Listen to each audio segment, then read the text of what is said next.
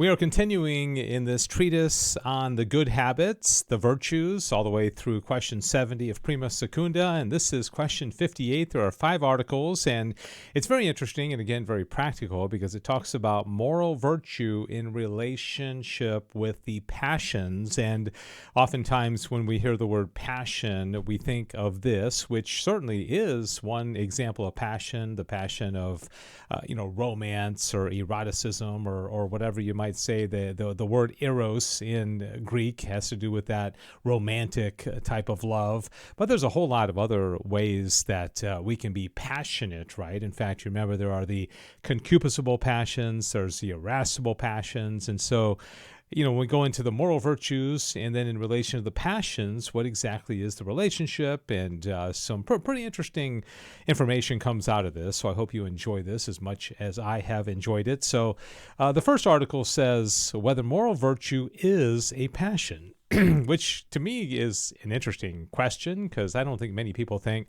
the virtues are passions, but I think in this article, St. Thomas Aquinas is just trying to make the distinction between, if we're talking about moral virtues in relationship to passion, well, what are they, right? And are they the same thing? And of course they're not. And he says moral virtue cannot be a passion. This is clear for 3 reasons. First, because a passion is a movement of the sensitive appetite. Okay, so there's a definition of passion. Whereas moral virtue is not a movement, but rather a principle of the movement of the appetite, being a kind of habit. Secondly, because passions are not in themselves good or evil, for man's good or evil is something in reference to reason, wherefore the passions considered in themselves are referable both to good and evil, as much as they may accord or disaccord with reason. Okay, so we've already learned about that a passion, for, something like a cheeseburger or any kind of sexual appetite or anything that we have, if it is in accord with reason, it's going to be okay because that means it's in accord with our nature. But as soon as it is no longer in accord with reason, then it's going to be bad, right? Now, nothing of this sort can be a virtue, since virtue is referable to good alone. Okay, so there's no such thing as a bad virtue. A virtue is always going to be good. Thirdly, because granted that some passions are in some way referable to good only or to evil only, even then the movement of a passion as passion begins in the appetite and ends in the reason, since the appetite tends to conform with reason. On the other hand, the movement of virtue is the reverse, for it begins in the reason and ends in the appetite, inasmuch as the latter is moved by reason. Isn't that interesting? One starts in the appetite and ends in reason, and then vice versa. Hence, the definition of moral virtue states that it is a habit of choosing the mean appointed by reason as a prudent man would appoint it. Isn't that great? All right, so now you have a definition of moral virtue there. And Article 2 says, can there be moral virtue with passion? Now, you would expect, well, of course. I mean, that's the whole point here, right, is that we apply virtue to a passion, and then that helps it align with reason, and then it's good, right, as opposed to not aligning with reason. But he's going to talk about the Stoics and the Peripatetics, right? The Peripatetics are the followers of Aristotle. Okay, peripatetic has to do with walking, because they would walk and discuss and that kind of thing. He says the Stoics and Peripatetics disagreed on this point, as Augustine relates, for the Stoics held that the soul's passions cannot be in a wise or virtuous man, whereas the Peripatetics, who were founded by Aristotle, as Augustine says, maintained that the passions are compatible with moral virtue if they be reduced to the mean.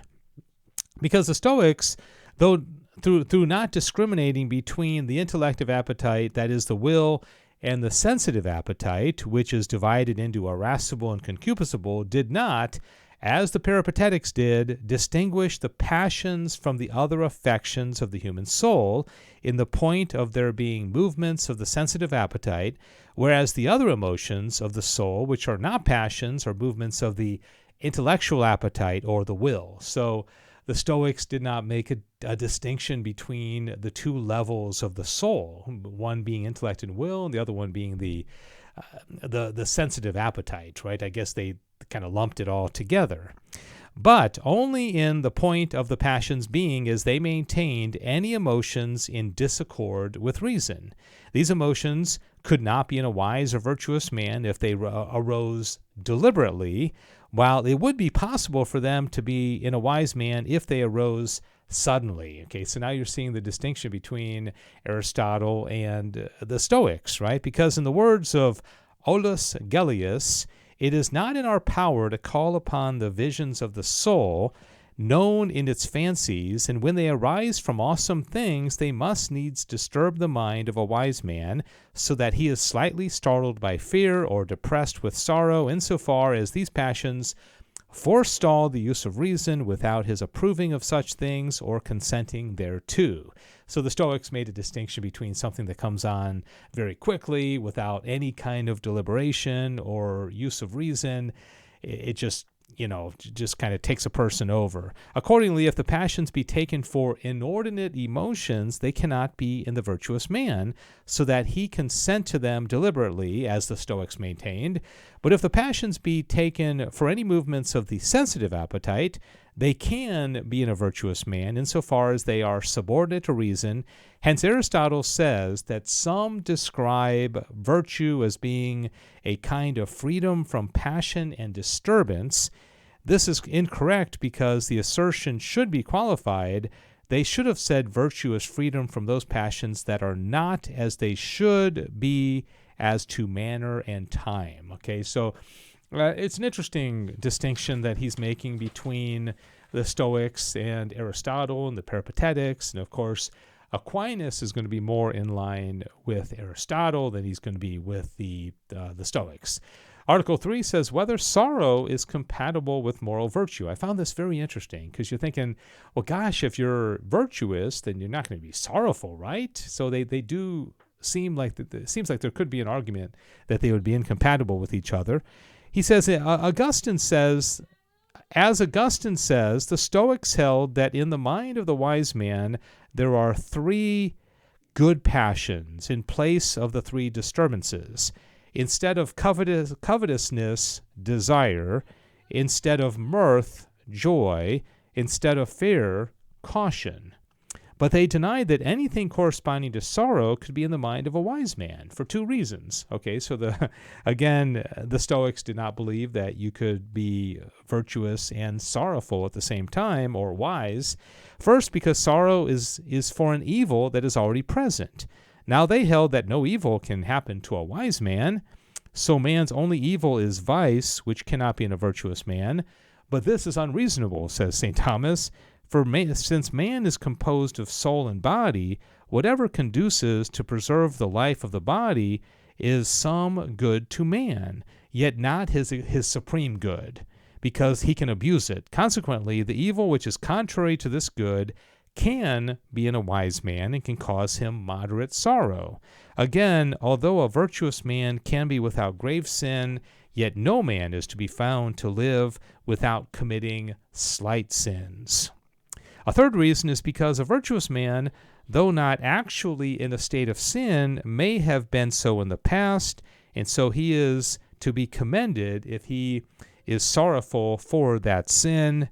Fourthly, because he may praiseworthily sorrow for another sin. Therefore, sorrow is compatible with moral virtue in the same way as other passions are when moderated by reason. Okay, wherefore moderated sorrow for an object which ought to make us sorrowful is a mark of virtue. Okay, so if you sinned in the past and it makes you kind of sorrowful that you did that, well, that's virtuous. That's not bad.